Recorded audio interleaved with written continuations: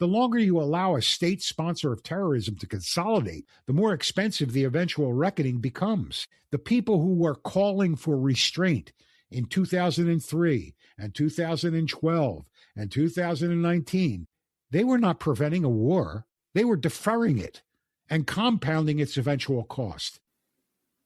America's founders are calling. It's your opportunity to respond. This is the Liberty Brief Podcast with your host, Robert Melso, featuring Dr. Thomas Giordano.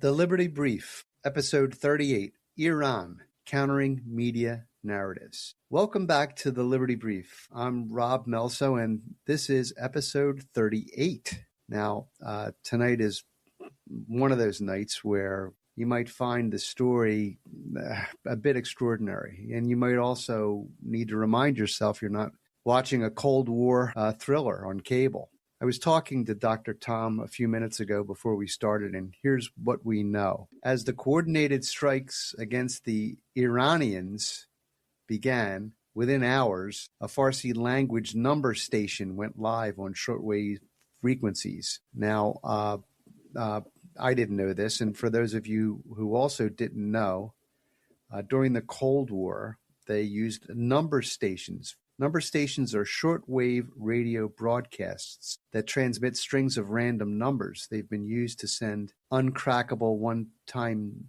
pad messages to operatives in the field. Anyway, the genius of this system is that you cannot prove who the message was for, and you can't decode it without a physical pad that the operative carries. So I think we need a little bit of an explanation from this from Dr. Tom. And so let's start right there. That number station, is that a real signal to operatives on the ground, or is it a some kind of American psyop designed to do something else entirely?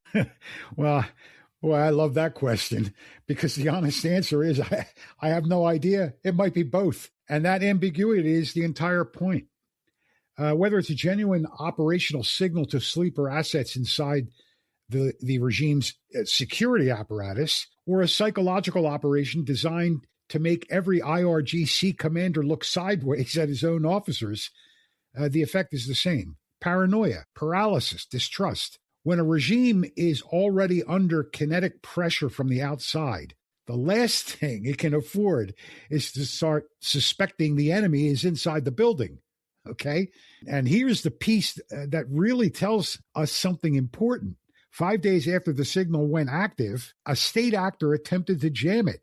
Now, that's not a trivial capability. Consumer-grade equipment cannot jam shortwave signals across a country. That requires a nation-state resource dedicated to spectrum warfare equipment, coordinated frequencies, military-grade transmitters, and the like. I mean, I know this because I'm a ham radio operator myself. I have a background in radio communications. So, you know, you get that together and it tells you two things. First, the regime, or what is left of it, took the signal seriously enough to spend national assets trying to silence it. And second, they failed because the broadcast continued. Someone out there has better jamming countermeasures than the IRGC expected. So if you look at it, either it's Iran sending these Farsi numbers to their operatives in the field, like sleeper cells in the United States or in the world, or it's us doing it to them. And we don't know who's jamming, who's sending. We don't know. But it is a game of espionage that's going on. Okay, well, so it is a psyop of sorts. And yeah. I guess we could say that the regime is fighting on two fronts before we even get to the street level. And speaking of the street level, let's talk about the Iranian people, otherwise known as the Immortal Guard, the patriots that are there. Because this is something that would have seemed like fiction 18 months ago. Mayar Tusi of Tusi TV has been covering this extensively, and we're talking about, Iranian civilians, ordinary people, defectors from within the security forces themselves. And they've been I'm told they've been given a green light by Israel to start carrying out armed resistance against the IRGC and the Basij checkpoints. There are drive-by shootings, coordinated ambushes. This is not a protest movement. It's an insurgency that's emerging from within. And that's the critical distinction. That's what makes this different. We've seen protests in Iran before, 2009, 2019, 2022, and even the most recent, where they were gunned down in the streets, but they were not armed. Okay, the regime has always been willing to shoot protesters. Right? There's no question. They've got a history of it. What they are not equipped to handle is an armed, organized resistance composed of people who know their operational procedures, their safe houses, where they live, and their command structures from the inside. Defectors are lethal, Rob, because they carry institutional knowledge. The Immortal Guard, think of it as the internal patriotic militia. They represent something that the mullahs never fully prepared for. The security state joining the people of Iran in turning against itself. Yes, and I even heard reports where these people were radioing or signaling Israel to attack in certain places. They were giving them coordinates and so forth. And after a little bit of verification on Israel's part, they went in and sent drones after these people. Yes, that's true. So we have the people of Iran coordinating with Israel for their drone attacks. These bad actors out, right? And they can hit groups of 2 or 3 people on the street that are at these Basij checkpoints. I don't think people understand who the Basij are. If I could draw a parallel, they are the brown shirts of Nazi Germany, or the black shirts of fascist Italy. These are the shock troops that are on the ground. They're the morality police, and they're armed. And the people hate them with a passion. So now what they do is they set up checkpoints, and they've been doing this historically. This is their function. They set up checkpoints on the road, and they're armed, and they, basically pull you out of a truck or a car, and they can make you disappear for any what they perceive as a moral, crime against Sharia law. That's why the people hate them. But now these people are getting hit so hard and so effectively that they are abandoning those checkpoints. They're changing into civilian clothes and trying to melt into the general population. It ain't going to work. It ain't going to work because the people know who they are, But they'll try to make their way out of the country, either going into Afghanistan or some other place. But it tells you about their morality. The Basij have always relied on the assumption of regime permanence. They brutalize people because they believe the state would always be there to protect them. The moment that assumption cracks, the moment that they start calculating whether the uniform is a shield or a target, the institution dissolves from the bottom up. That's what we're watching in real time. Well, if I'm them, I'm voting for Target because in less than 3 weeks, the combined operation has achieved something that decades of sanctions and diplomatic pressure could not. Right.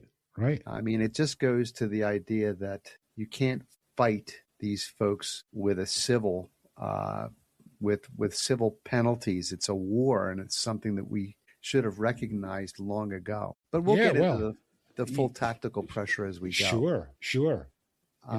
We have total air dominance over the Iranian territory right now. Their Navy is gone. It's gone. Their Air Force is gone. It hasn't taken off. Not one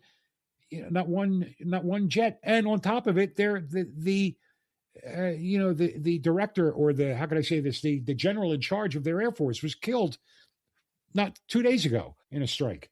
So their entire operation is busting apart. Okay. Dr. Tom, you wouldn't know this listening to the media, and that's something we're going to address. And part of this is, the politics of the whole thing at home. Yeah.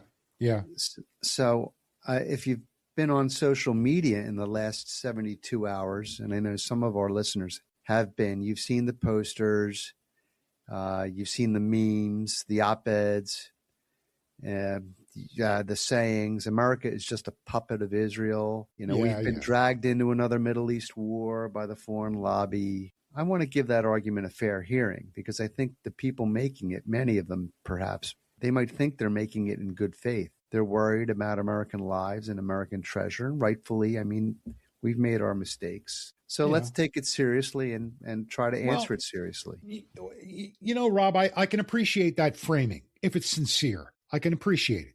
I mean, I can appreciate a libertarian saying, we don't want to get involved in foreign entanglements and all that kind of thing. But I suspect their sincerity, number one. But I won't get into that right now. There's a lot of smoke and a lot of people trying to follow agendas within the United States that would have a devastating effect on the rest of the world, as well as our own security, by trying to bring down or cast aspersions on what Trump is trying to do. Okay. And make no mistake, Trump is the only one with the fortitude in the last 50 years to do something about this menace. All right. You meant balls, didn't you? Well, I would say balls, but I'm being respectful. Okay.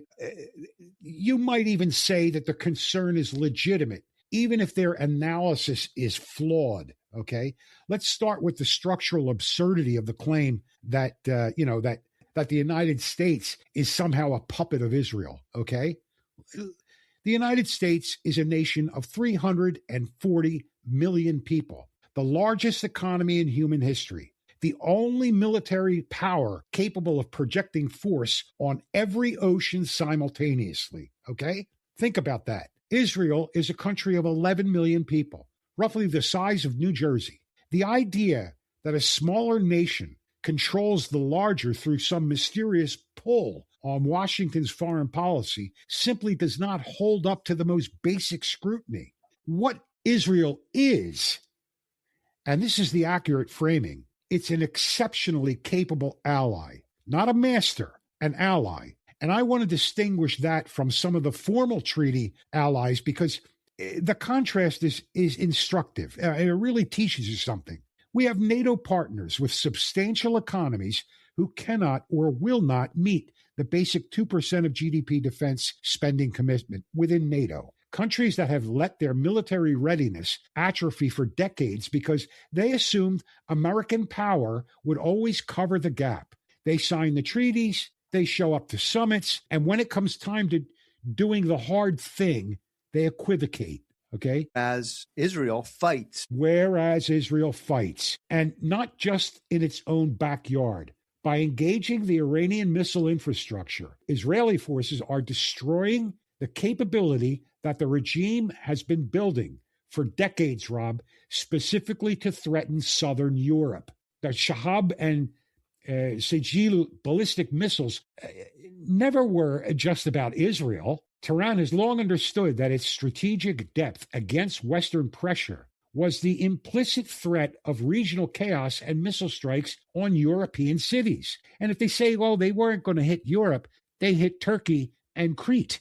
Removing that capability benefits every NATO member. The Israelis are doing something that several larger and richer NATO allies lack either the ability or the political will to do. That's not a puppet relationship. That's burden sharing. Admittedly, lopsided burden sharing, but in the direction people don't expect. When I was first married, Dr. Tom, I could cook for myself. I made my own meals. As a bachelor, I was pretty fair in the kitchen. Then I got married, and my wife took over all that cooking. And now I can't even boil an egg. And as I think about that, I realize that NATO has come to rely on the United States, and they don't have the capability to do any of their own fighting. Either that or they're just so reticent to do it that they wouldn't be capable. The only one that is in the region is Israel. Exactly. Just by numbers. I mean, look at their Air Force. Their Air Force is 3 times bigger than that of France and Germany. And I blame us to a degree for letting these folks just keep their guard down. And I blame Nikki for doing all the cooking. Well, I don't blame them for keeping their guard down. You see, they're running states that they look at us and are playing us for a fool in the United States. These people, we think of them as traditional allies. I heard it once said that as long as there's an American dollar, there'll be a France. These people, they couldn't care less about what our interests are. They're only interested in their own little enclave, and that's a socialist enclave. Well, so let the United States pay for their defense. It's one thing to let us do the fighting for them. It's another to just turn us away when we need a base here or a place to stage our operations, and for them to say no. That to me is just aggravating. Well, it tells you who our allies are. And more, you're going to see our allies shifting to not only Israel, but all of the Arab Gulf states that have been hit by Iran. They are now aligned with us.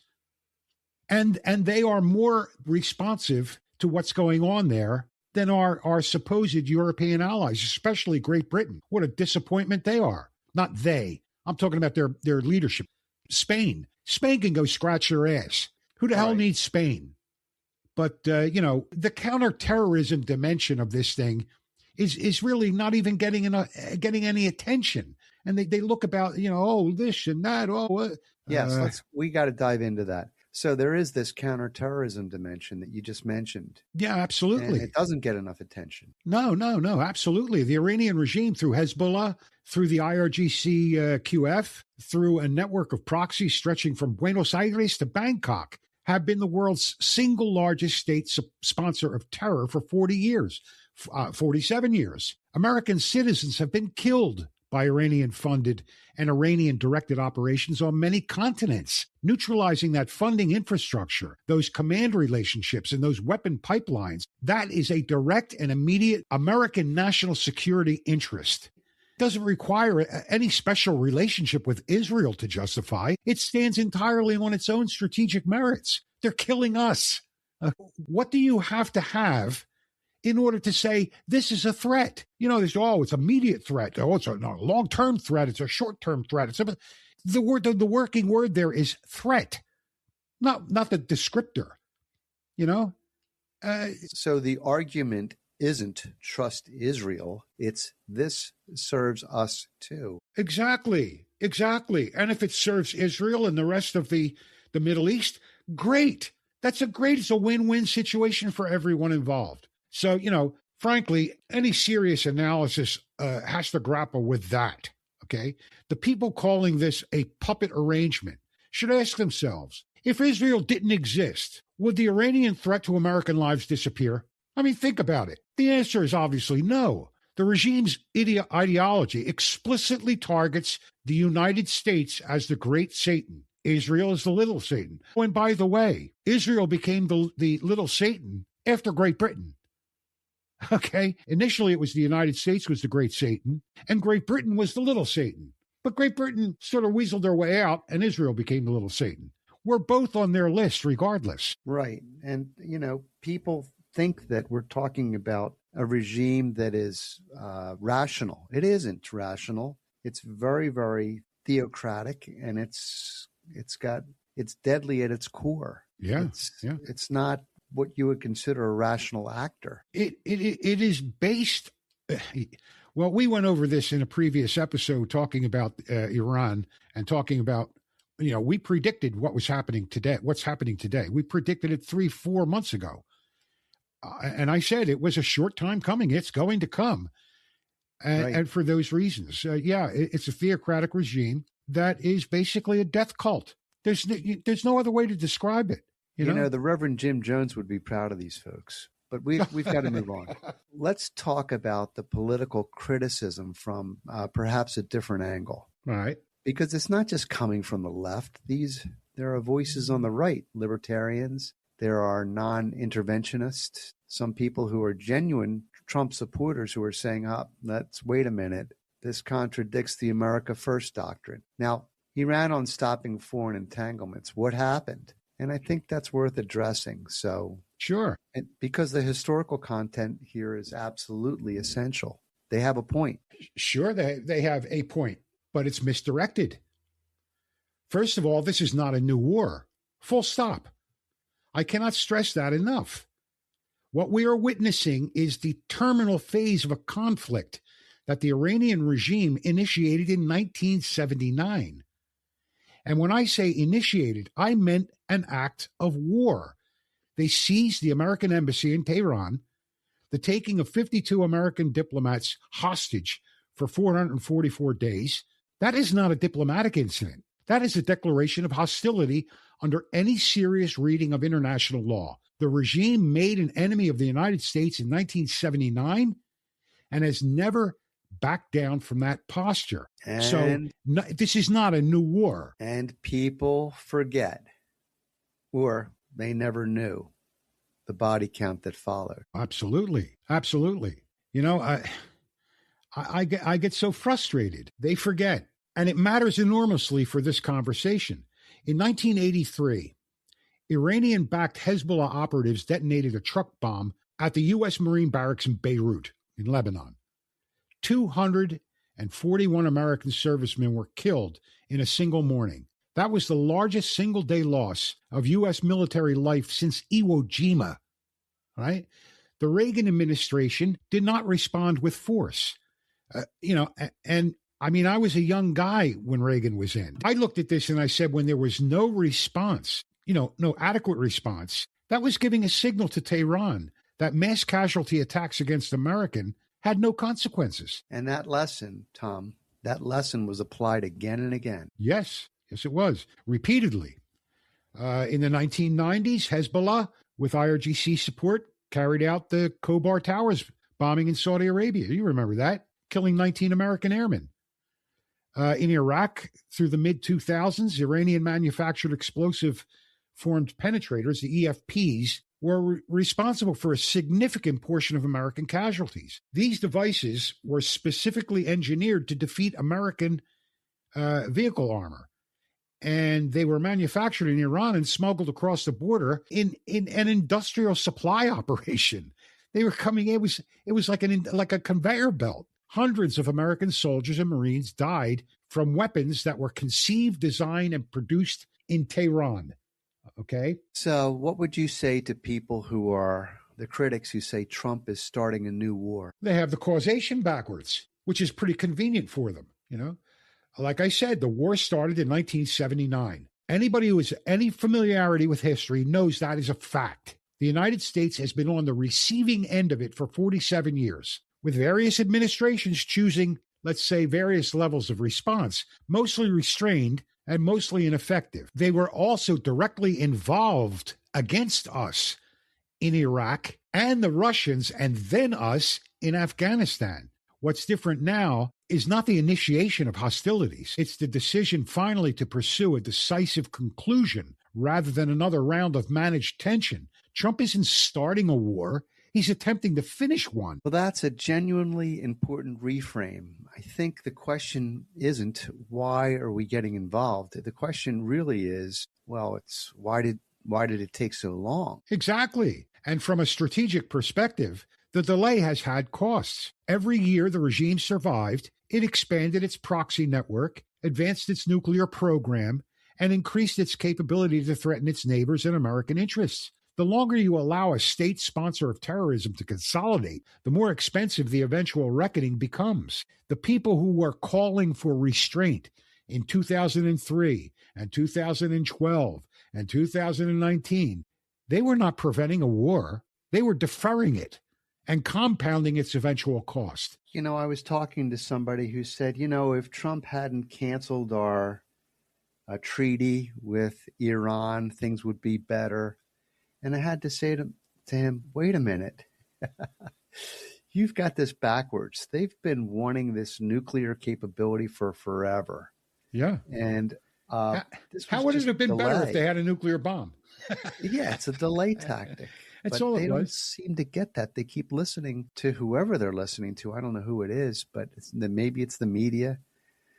Look, it really, you don't want to go off into the weeds as to who they're listening to because you don't know the agenda of these people. All right. Let's talk facts. Let's talk about the nuclear dimension. We talk facts, okay? Yeah. Let's talk about some facts here. Let's talk about the nuclear dimension because that's been the backdrop of everything for the last 20 years. Yeah. The nuclear program has always been the ultimate insurance policy for the regime. The calculation in Tehran has been, relatively simple. All you have to do is look at it. If we acquire a nuclear deterrent, we become untouchable. North Korea proved the model. Pakistan proved the model. The moment a rogue state achieves nuclear capability, the cost of confronting it goes from very high to effectively prohibitive. Right?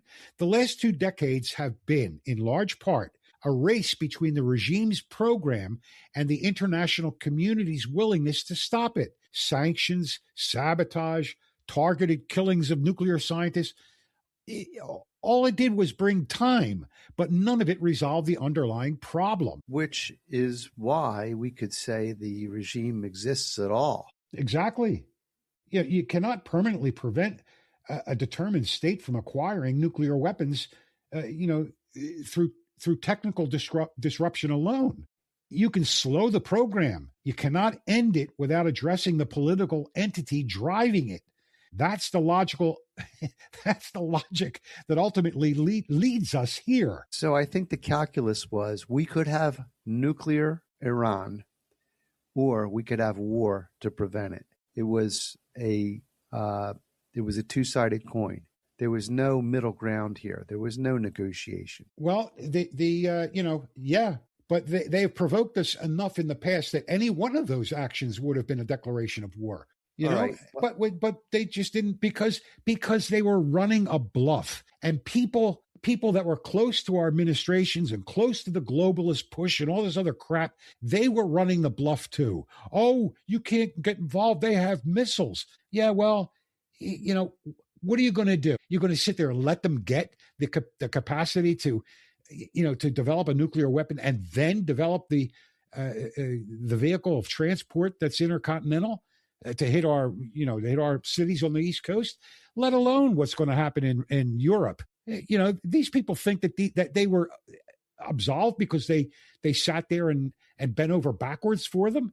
That wasn't going to happen. These people, if they're willing to gun down 50,000 of their own people in 2 days in their own streets, you think they're going to think twice about dropping a nuclear weapon on New York City? Again, these were not a legitimate state actor. They were a death cult. We have to keep that in mind. So let's get into the tactical situation on the ground, because it's moving fast, and some of what's happening is, well, it's unprecedented. Yeah. We've mentioned the Immortal Guard, the Basij defections, the air and the sea dominance, but now we're seeing something new.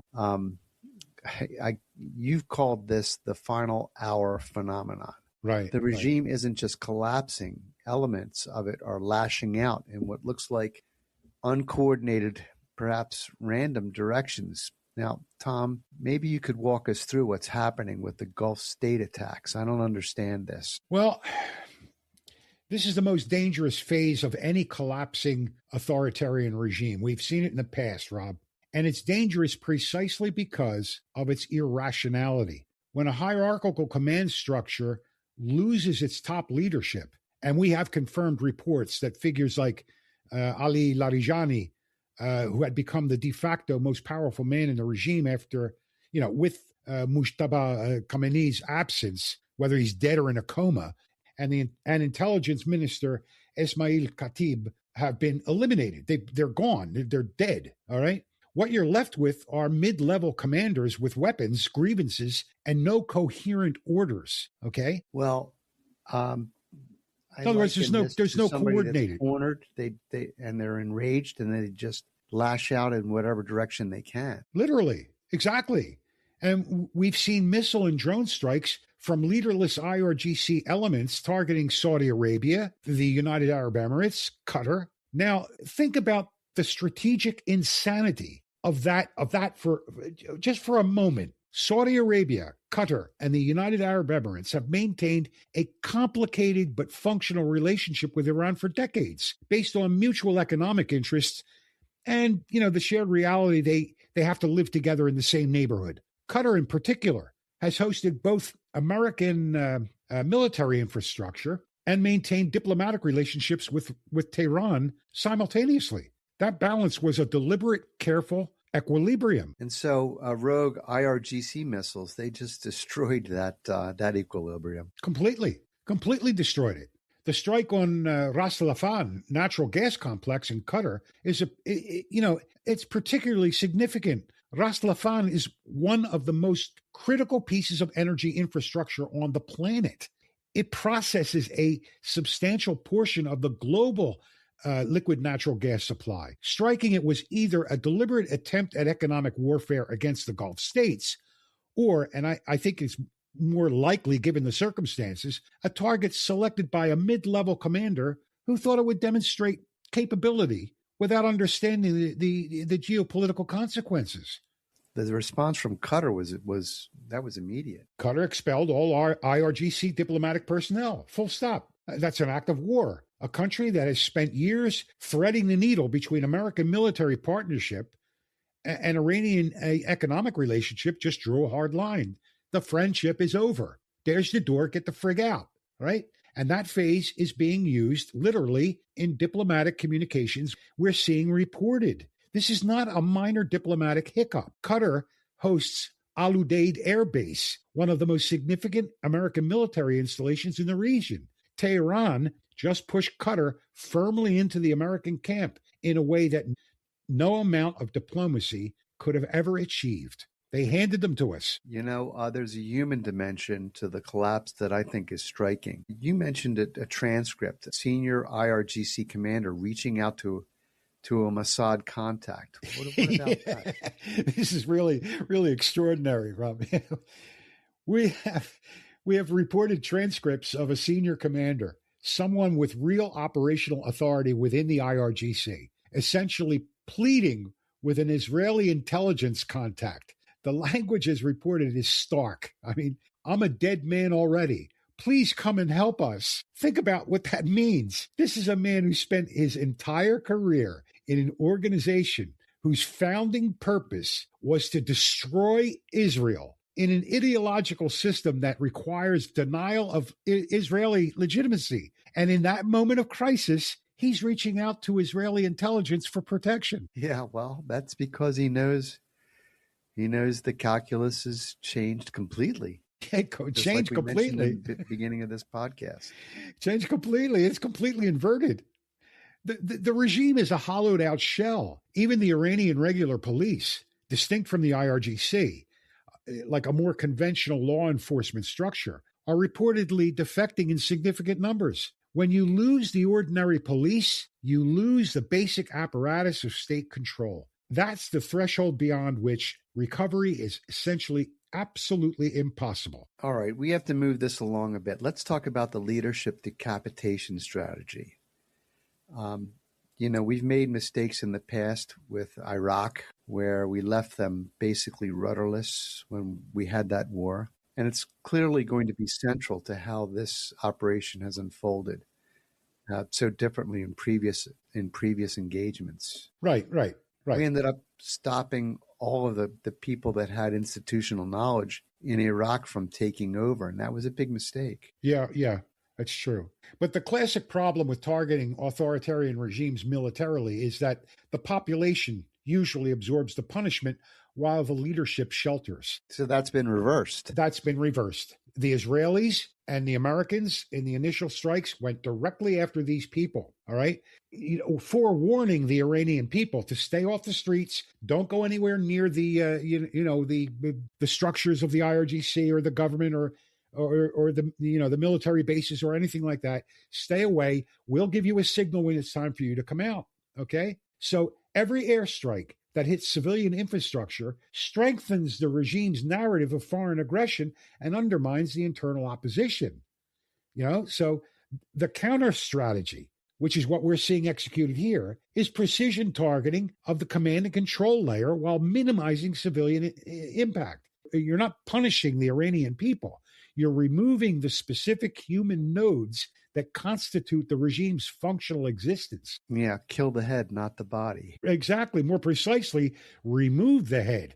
The body reorganizes around a different set of priorities. The IRGC, underneath its ideological veneer, is also an economic empire. It controls vast swaths of the Iranian economy.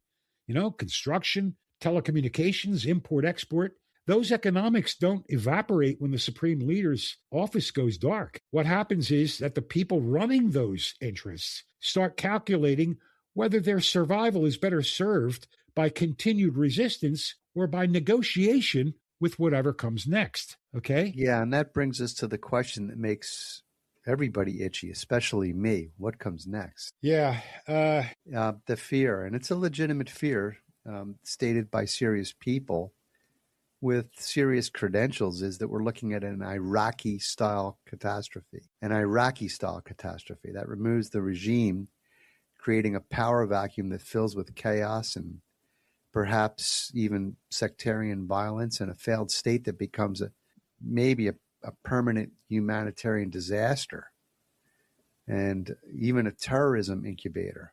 Now, Tom, you've pushed back hard on this comparison. Go ahead and make your case. Well, I've studied Iranian history. The Iraq comparison is intellectually lazy. And I say that with respect for the people making it, because I understand why it's intuitive. We removed a dictator in 2003, and the result was a decade of sectarian bloodshed and a power vacuum that eventually produced ISIS. Of course, people would apply that template, but the comparison fails on almost every significant variable. So you're saying after just a cursory look, there's something much deeper here. Would you walk us through that? Sure. To start with the civilizational dimension, Iraq, as constituted in 2003, was fundamentally a colonial map line, a border drawn by British administrators in 1920 that enclosed three distinct communities with no organic shared political identity: Sunni Arabs, Shia Arabs, and Kurds. The Iraqi state was always an imposition. Iran is something fundamentally different. It is a civilization state. Persian identity and political organization predates Islam by 2,000 years. Cyrus the Great codified the world's first human rights charter in the 6th century before Christ. The concept of Iran, or Persia as it was known, right, as a coherent political unit is one of the oldest on earth. Well, that identity predates the current regime by perhaps just a millennia or so. Yeah, by far a millennia, even longer. And that has really concrete practical implications. Consider the numbers. Iran has a 90% literacy rate. 75% of its population is urbanized. It has a massive educated professional middle class, engineers, doctors, lawyers, academics, right, who are entirely capable of running a modern state. The young Iranians you see demonstrating in the streets, the women who have been burning their hijabs for years now, these are not people who want to descend into tribal warfare. They want a functional economy, rule of law, and the right to live their lives without ideological surveillance. So I think what you're saying is the institutional infrastructure, that just doesn't vanish because of the mullahs. No, and that's crucial. Beneath the theocratic overlay, Iran has a functional state bureaucracy. It has ministries, a central bank, a civil service, a professional military officer corps, distinct from the IRGC. These institutions didn't come from the revolution. They were inherited from the Pahlavi era and have persisted despite the regime's best efforts to force an ideology on them. When the theocracy goes, the structures don't go with it. They're still there. They can be reclaimed and reoriented. And another difference is there's a political opposition that, well, unlike the Iraqi situation in 2003, actually has a coherent vision and maybe some leadership. And that is the piece that I think is most underreported in Western press. Crown Prince Reza Pahlavi. And I know that the name carries, let's say, a complicated association for many people of a certain age, given his father's record. But he's spent decades in exile building something that most opposition movements never achieve, a genuine coalition. He has brought together not just monarchists, but secular Republicans, Kurdish political movements, Azeri groups, Baluchi representatives, women's rights organizations, labor activists, people who disagree on what the end state should look like, but who have agreed on a transitional blueprint, a process for getting them from the current moment to a democratic referendum in which the Iranian people themselves decide the constitutional future. We're not trying to build something there. Well, that's a very different model from what we had in Iraq, where the U.S. essentially just showed up with Paul Bremer and a blank sheet of paper. No, it's completely different. In Iraq, we disbanded the entire state apparatus, the army, the civil service, the Ba'ath Party administrative structure, all at once, and then tried to rebuild a replacement from scratch with no local buy-in. The result was predictable in retrospect. In Iran, we're looking at a scenario where there is an existing opposition coalition and a legitimate figurehead and an agreed framework for transition before the hostility is even done. That's the difference between a power vacuum and a power transfer. Maybe we should talk about the IRGC more specifically, because people assume that, well, any military institution that powerful simply cannot be absorbed into a post-regime order. Can we say that? Oh, that's an overstatement. It's an overstatement. The IRGC is not a monolith of ideological zealots who will die for the supreme leader.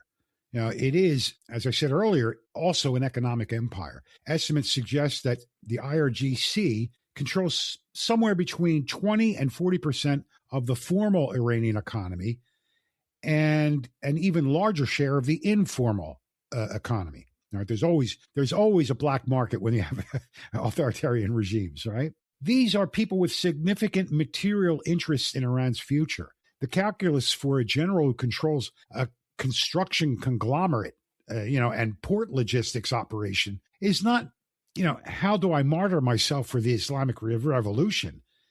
It's how do I preserve my equity stake in the new order? That's what they would be thinking. So they're more rational actors as opposed to the ideology. Far more rational. And historical precedent supports this. When the Soviet Union collapsed, the KGB didn't dissolve into armed resistance. It negotiated. Officers with operational knowledge, assets, and leverage found ways to make themselves useful or at least survivable in the new environment. Some of that was ugly.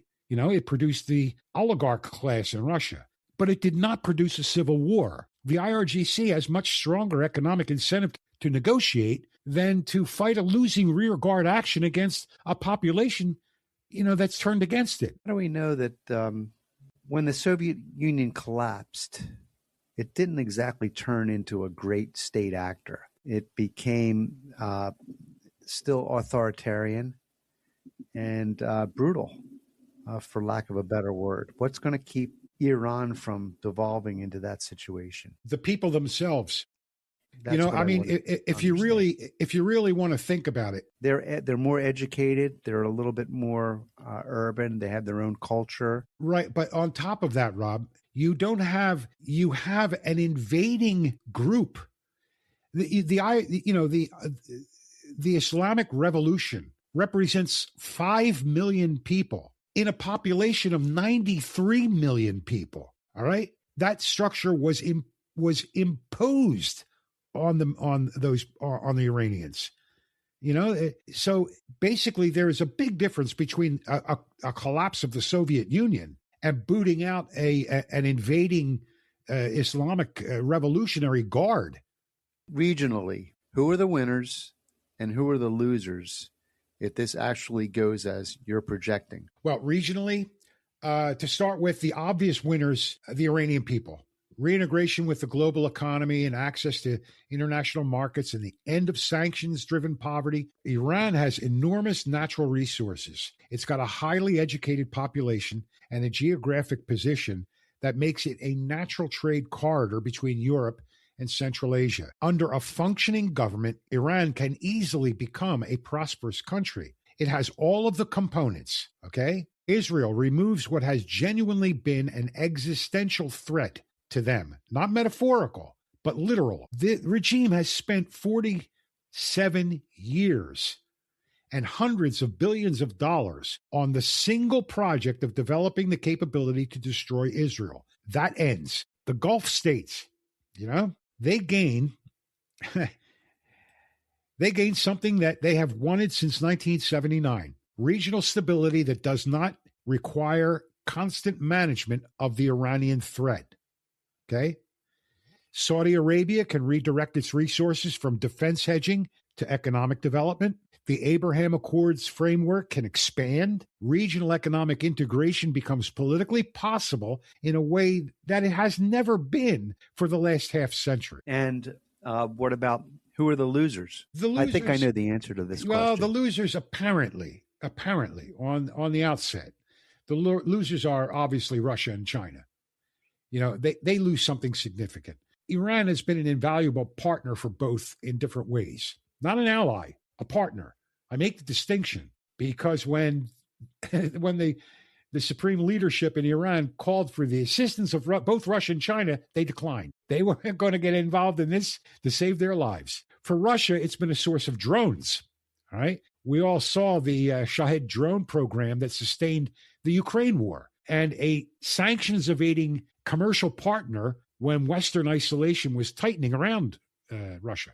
For China, it's been a guaranteed below-market oil supply and strategic partner for disrupting American influence in the Gulf. A post-revolutionary Iran that reintegrates the West terminates both of those arrangements with Moscow and Beijing. I could guarantee you that nobody in Moscow and Beijing are going to be celebrating the outcome. What explains the pushback we're seeing from some people about the legitimacy of this operation? Well, I'll let the listeners draw their own conclusions about who benefits from the America is a puppet narrative and whose strategic interests are served by American hesitation. Okay, so I don't want to get into the smoke blowing.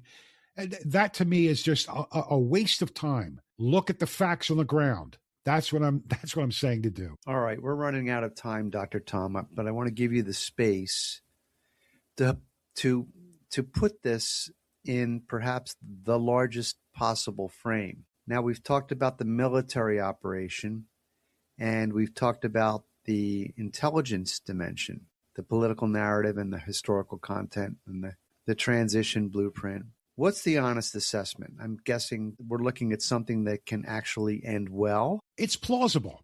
And I want to be careful to say plausible rather than guaranteed, because history is not is not kind to confident predictions about the Middle East. You know what I mean? But the conditions that would need to be present for a genuinely positive outcome, they're more present here than at almost any point I can identify in the past 50 years. You have a regime that is ideologically exhausted. Its founding generation is gone. Its symbolism, resistance, martyrdom, anti-imperialism has no purchase with the population that grew up watching their economy destroyed by the same ideology that they're supposed to celebrate. You have an opposition that unusually, historically, has managed to maintain a coalition across ethnic and political lines. You have an institutional infrastructure that can be reclaimed. You have a population that is, by every measure, ready for a different kind of country. The Iranian people are not looking for a new ideology. They're looking for a normal life, a passport that means something, a currency that holds value, a future for their children that isn't defined by a revolution that happened before most of them were born. And the regime was, as you put it, a cult, basically built on negative symbolism. What it was against America, it was against Israel, modernity. It was always more central to it than what it was for. That's exactly right. And cults built on opposition eventually collapse when the opposition proves insufficient to sustain the material needs of the population. Okay? The Iranian people are secular. They are educated, and they want to rejoin the world. The theocracy was always a historical aberration imposed on a civilization that had been globally connected for 3,000 years.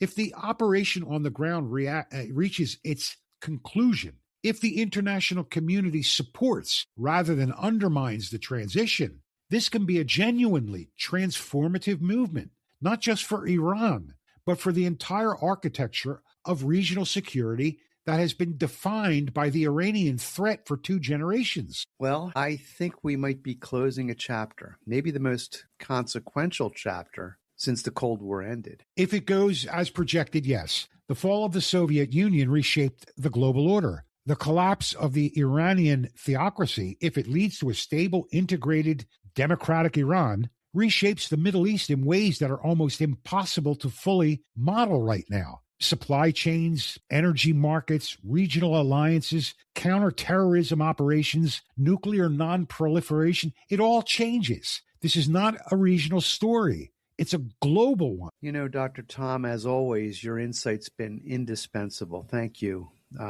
We want to close here, so thank you for being with us tonight. Oh, it's always a privilege, Rob. All right, so that's episode 38 of The Liberty Brief, The Framing Matters. We're not being dragged into this war. We're closing a 46-year chapter of state-sponsored terrorism, one that opened with 52 American hostages in 1979. And that's cost American lives on every continent since it started. So stay engaged, stay informed, and stay with us. Episode 39 is coming. I'm Robert Melso. Until next time. You've been listening to The Liberty Brief, based on the book Unalienable, What It Really Means and Why It Matters by Dr. Thomas Giordano. If you want to help spread the word, please subscribe, like, and share using the links below. You can also check out Dr. Giordano's book on Amazon using the links as well.